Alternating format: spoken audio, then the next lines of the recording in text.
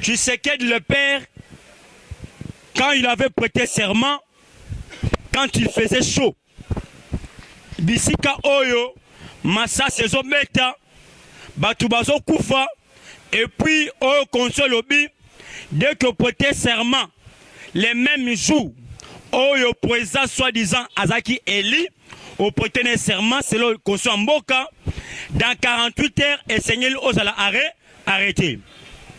On ne comprend pas. Mwandansemi veut nous montrer quoi? Mwandansemi, Ozeli, serment et sili, Ozeli, tu avancer, Makambo avancé, Makambo bongi, gratuité enseignement au fêlé, à peine Mwandansemi aligné pour annoncer Bisso qui a commis président de la République. Ça c'est rigolé ou Ezali ba distraction. IDPS c'est bon. IDPS c'est bon. Ezali ba distraction. Pourquoi ba distraction? IDPS nous avons un problème. Oh Kabila a élevé son amboka oh. Kabila le père oh Yangoubou. Les lots, je vous dis clairement, Sokomoni Beni, la guerre, Ezali, Malembe, parce que pourquoi notre armée Ezali infiltrée n'a pas généraux roi Rwandais. Ba généraux wana bazali koyo que la chef d'état-major général ti. Célestin Mbala. Ba généraux wana bazo qu'il a été. Pourquoi expliquer ce qui FARDC a avancé, à récupérer après des jours oyo qui koto son pakala, batustang so babimi. Mais si malo to koka awa, to mona ngope na bilili, bakangi ba rebena ba arme. Mais chose grave, tout ça étonné. Babomi, jeune fille à 3 ans, après 20 jours, bah qu'on retrouve corps à moi la moisson à lobby. IDPS c'est bon. IDPS c'est bon. Ça nous fait mal au cœur. L'armée est infiltrée. Et Seigneur lui la réforme en main, comme l'a promis le chef de l'État. Mon Konzamboka a promis réforme et armée, ce n'est pas pour rien. Pourquoi à lobby réforme et armée? Armée Nabiso Ezali infiltré la Rwandais. La plupart, il y a des généraux au Kabila Tcha, ce sont des Rwandais, ce ne sont pas des Congolais. Yango Somona, Bazali contourné, Bande Konabiso, Bafardese au Bazali Bafoko, Congolais. Preuve en est, Tangu Laurent Kounda Bena Kingakat Ao, Nateus Kabareb. Ba secret bimi na radar ya américain lelo Eman Cohen après si bango vérité claire Eman Cohen a ebisi bango boye alobi je vous avais promis que dans une année beaucoup va sous histoire ya FCT. Eman Cohen a révélé secret moko il est c'est bon il est c'est bon Eman Cohen alobi Kabila Alona qui plus que beaucoup na bande konae ba Rwandais et puis Congo ça qui plus que beaucoup infiltré na katia Kinshasa na est ba Rwandais ba qui be ebele siko États-Unis wana Eman Cohen États-Unis a eu contrôle il y a armée congolaise et puis États-Unis a eu contrôle il y a infiltration il y a ba Rwandais alors, on sait là où ces gens dorment. On sait là où ces gens complot. Mais souci américain, c'est quoi? Souci américain, Ezali, Kolongola, image à balkanisation. Parce que quand on Kabila le père, Ayaki Ao, Kabila le père, Batubata qui est pour qu'il ait pouvoir, Ezaki Rwandais. Signer un document, que ceux qui ont ce pouvoir, aux autres sabiso étandi ya ya est tangu ba continue a il est c'est bon c'est bon yango na rappeler batu msusu na zo bisabino nani a des joie kouana c'était les grands leaders de Tshisekedi boko kango je veux dire ça même monde entier bakolanda yango que parti oyo yebi politique na mboka oyo c'est que IDPS. C'est une occasion pour notre FCC. Bon, à bientôt. Le chef de l'État va nommer un mandataire à niveau il y a l'entreprise publique, il va commencer, il y a qu'on nomme, baoto benyi bato neuf organes à niveau constitutionnel. IDPS, c'est bon. À qu'on nomme bango, Soki azu constitution mboka epaya président constitutionnel autre benga messe Luamba. IDPS, c'est bon. IDPS, c'est bon. Kabila le paye. À côté ao. Azu pouvoir na ba Rwandais ba côté ke a ba James Kabarabe ba Messi Makala ba côté ao a signé document na ba Rwandais. Que document wana soki ozu pouvoir opesa biso etania S andimaki. Tango akomi ao. Kokoma komi awa ayaka na drapeau ya IDPS. Bakota na mboka ona kisana na drapeau ya IDPS ya IDPS. Bakota drapeau ya MLCT, bakota drapeau ya SIDT, bakota drapeau ya soutien ya IDPS. Tu sais quel le paix a longola makone na limité. Akenda inde amona Kabila le paix. Ayebi seboye. Bato oye na bango. Eyo senga nini pour que to futa bango. Bazon. Réponse Kabila Père Seked. Alobi, ce sont nos frères. IDPS, va. C'est que la Bible, alobi, oui. Olobi sont tes frères. Mozo est battu. Complot au bainangote. Lokola yo. Ozo bon même chose c'est que nayebiso clairement bateau bakobo mayo. Qui c'est qu'elle est rentré à la base. Ayebisi base. Je suis allé voir les Kabila les pères. Je lui ai trouvé entouré avec un groupe de rois, de Rwandais. S'il ne fait pas attention, à quoi on a pouvoir te Arodaï. IDPS vivant. Tu sais quel est père? Tango Bessi Makar. Parce que Chalamona Obogaka Oy, Babera Mamou National, Yemotu Aïba document à Bakansoa Congo. Moi, moi, Suwana. Ba utiliser pas Kabila le père à coucher na Bisimakar parce que dossier on a bakaso Congo et ça n'importe quoi Bisimakar IDPS va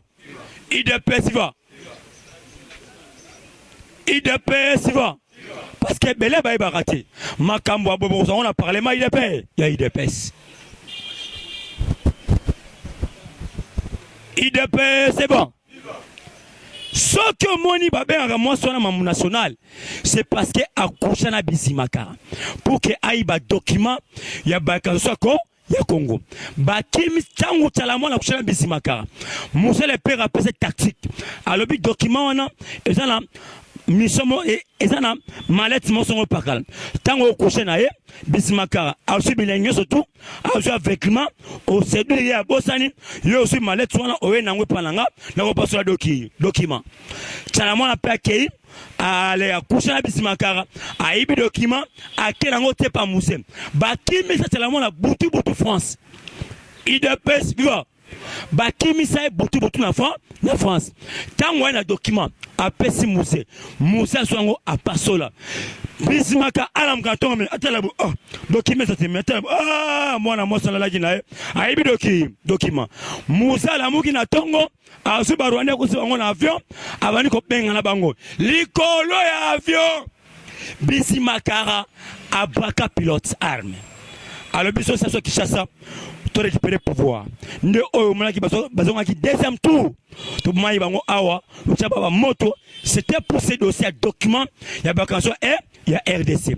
Mais on ne comprend pas. Même les Congolais, Bazali Kolima balkanisation. Nous disons à Sango Boye. Boye Baeloko très bien. Bobundi ça c'est que le père. Mais Boye ba Félix Tshisekedi, c'est un envoyé de Jésus Christ Massia. IDPS vivant. Bokolong à la bino mission wana que aucune balkanisation ne sera mise en place ou ne sera tolérée. IDPS vivant. Président a autre qui est Angola. Et le président qui est Angola, Makambu et Sebele. C'est uniquement les chefs de l'État. Et le connu Azoluka. Lui, Azana pour ça a récupéré contre son mboka. Ce qui a su yango a sali réforme. Na 5000 militaires oyaye a tinaka formation à Israël. Bazana et ao. Biska bazola et banité.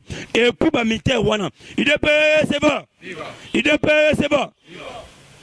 Et puis, ba militaire wana, je dis clairement, Kabila, bako kangaye lokola ndenge bino bozo lukati. Félix Tshisekedi alobaki boye. Kabila a beaucoup d'argent. Oh, Seigneur, il servi Mboka. Kabila sera arrêté. Lokola neba kangamutu nyoso. Les Américains, basa déjà na Kinshasa. Les Américains, bana Est. Les Américains, basa partout. J'aimerais que Boka Kabila, bo kene na ces pays. Bo sambisaye. Ba massacre toi salam. Ba bloko toi salam. Assemblée puis, ba 50 fausses communes. Au Kabila Boma. Et Sengeli Kabila Samba. Et puis Mbongo tout. Affaire ya Jekamine. Affaire ya 200 millions. Ce n'est pas seulement 200 millions. C'est plus ou moins maintenant 700 millions de dollars. 700 millions de 2014 à 2015. C'est-à-dire comment Mboka, Banako Iba Mboka. Yango Moni Lelo Albert Yuma va nous dire Mbongo wana Ezawa Wap. Lelo va bénéficier aloba clairement. S'il ne dit pas clair, Albert Yuma tiba 12h, baka 15h, bakwa cheminer, na niveau plus makala. IDPS va. IDPS va. Pour n'acheter combattant, Kobangelo comme côté. Nous sommes dans les bons. Dans les bons autres alliés, même président Félix, il sait que les Congolais souffrent. Il sait que les combattants souffrent. Mais le problème, c'est quoi? On a un problème, Sengeli, qu'on déloger, qu'on déboulonner un groupe de Rwandais. IDPS, vivant. Yango mona kia kenda Angola, ba beti masolo chabwala. Mais on ezali secret d'état. Mona bimisango ezate. Yango moni Kabila, yo combattant ozolo Kabila yebi azolela. Kabila azolela. Kabila kei kokutana président de la République na Oya. Alors lui comme mandataire, chef de Kabila.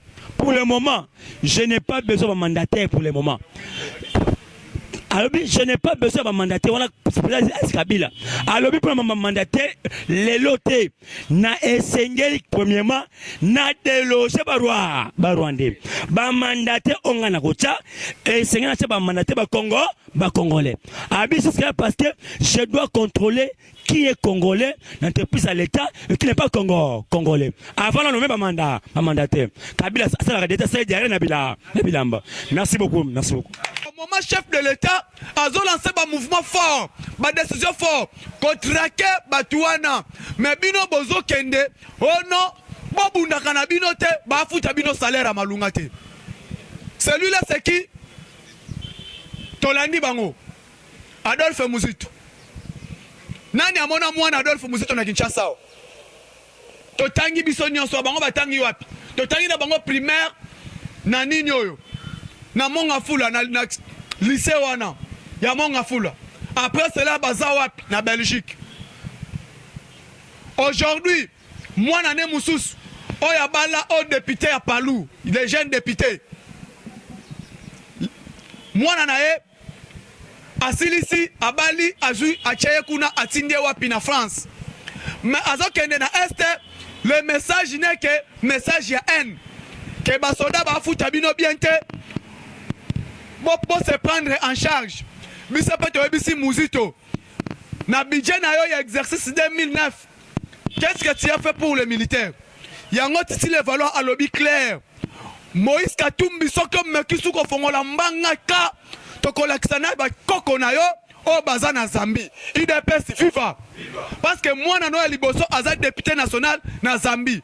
Et puis aza président ya commission munene. Il y a paix et sécurité ya Zambie. Est-ce que moi na nini ya Félix o aza député na Belgique? Malgré babotami na Belgique, mais bango bana na bango bamona na kate. Et aujourd'hui, je vous donne information vraie. Bonani bamona ki réalité hélicoptère licolo ça fait combien de jours? Des jours. Pour quel motif? O aza politicien hélicoptère wana zaki pourquoi? Tomi posé. Batu Kabila yaki na bango. Poto lo baka tilelo awa. Que armée congolaise, nous n'avons pas encore une armée.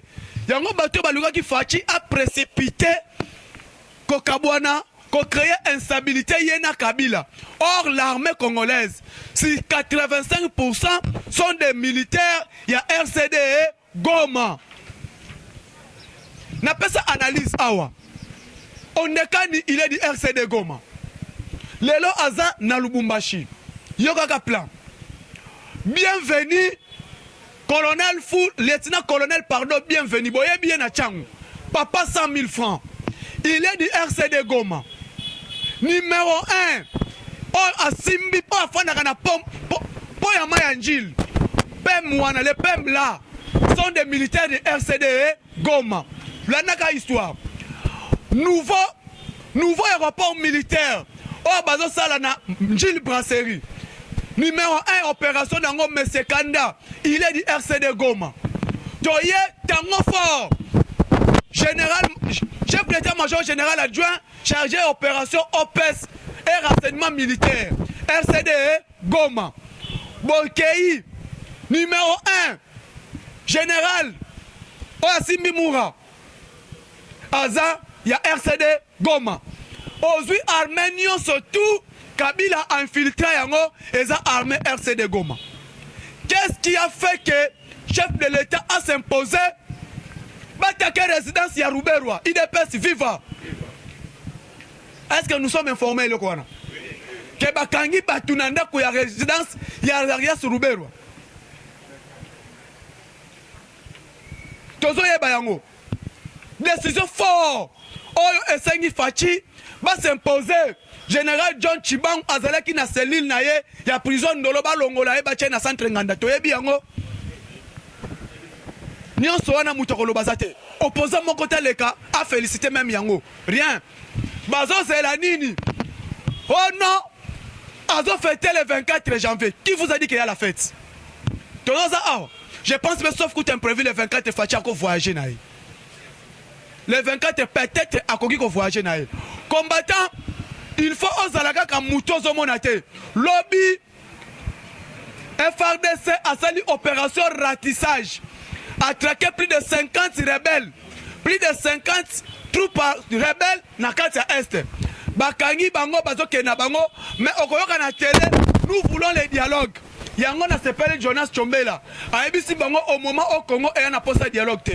Na moment au na Congo toza na posa ya réforme, ya armée et plus réforme ya pareil judiciaire. Ce qui réforme wana et salemi. Réforme ya pareil judiciaire et salemi et qu'on permettre biso. Toza na une bonne justice, toza na une bonne armée, et qu'on permette de traquer toutes les rebelles. Yango tolobi clair. Mais c'est Kabila. Ils savent que Toyebite, parce que quand notre président a eu intermédiaire de l'IDPS, Jean-Marc Kaboun, quand il dit le 30 janvier, l'IDPS va fêter, Toko fêter Nin. Toko fêter Nin. Parce que dans l'histoire de l'IDPS le 30 janvier, moi, Toyebi Angote. Ngane na tanga stati, n'ébite papa stania mukolo na biso, ba on batangi yango makas. Ba ebi yango bien. Na stati, est-ce que le 30 janvier de la manifestation na l'IDPS? Exactement, manifestation à Nin. Peut-être dissolution au Parlement, peut-être événement moko et Kabila fouille, peut-être toyebite parce que dans Congolais face à Pela, Namboko etikali Congolais qui non Kabila est aux arrêts, soit Kabila il est assassiné, soit Kabila a fui le pays. Et comment on a peuple en komimana balabala yemoko. Parce que Kabila lui-même savent bien agenda président de la République. Après le 24 janvier, tu y habité. Politique ya Félix, biso to zomona nkaka mystique. Bo fandi boyoki boyono akeba Congo. Bo fandi boyoki boyono akesala boy. Donc calendrier na ye to habité. Mais Kabila, moi je sais que je sais. Azasu na ta ebele na mboko ote. Eshima, votre magazine qui bat au rythme de l'actualité. Une réponse à vos besoins en information, un éclairage dans divers domaines. Impartial, documenté, instructif. Eshima au cœur de l'info. Retrouvez la nouvelle édition. Exclusivité Sakumbi Molendo, le réformiste qui vient stopper l'hémorragie, suspension des fonctionnaires peu intègre, numérisation des titres fonciers et climat de confiance avec les collaborateurs, le nouveau gestionnaire des terres congolaises fixe les nouvelles règles de jeu. Focus, Lambert Mindi, Omalanga, le souverainisme comme un dogme. Redressement délaissé, Tomaluaka Losenjola, l'homme de la situation. Dossier Eshima, fini les vacances, vive les rentrées. De la politique au judiciaire, en passant par les scolaires, les derniers trimestres de l'année 2019 en RDC est décoiffant. Économie, BCC, un cadre des rétrocommissions et détournements à passer au peine fin. Découverte, Claude Ibalanki et Colomba, les coordonnateurs du MNS au centre de l'action de Félix Tshisekedi dans le Grand Lac. Les dialogues et pourparlers en RDC qu'en tire le peuple. Tubaou, la clé de la mythologie kassaïenne. Retrouvez l'intégralité du magazine Eshima dans les kiosques. Eshima Magazine, un nouveau standard d'information.